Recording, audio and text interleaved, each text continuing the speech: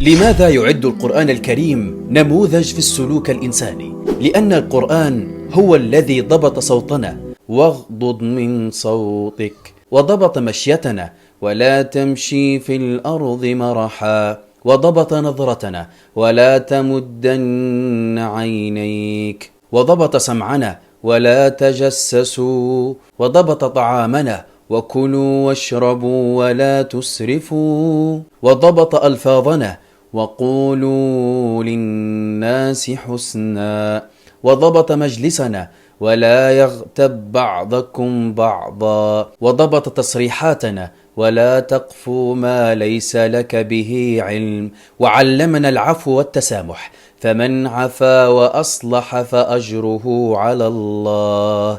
صدق الله العظيم. فالقرآن كفيل أن يضبط حياتك ويحقق لك حياة السعداء في الدنيا والآخرة، لأنها منهج الحياة. وبهكذا انتهت المعلومة. إن أعجبك هذا الفيديو ما تبخلش بها بلايك وكومنت واكسبلور، وإلى اللقاء.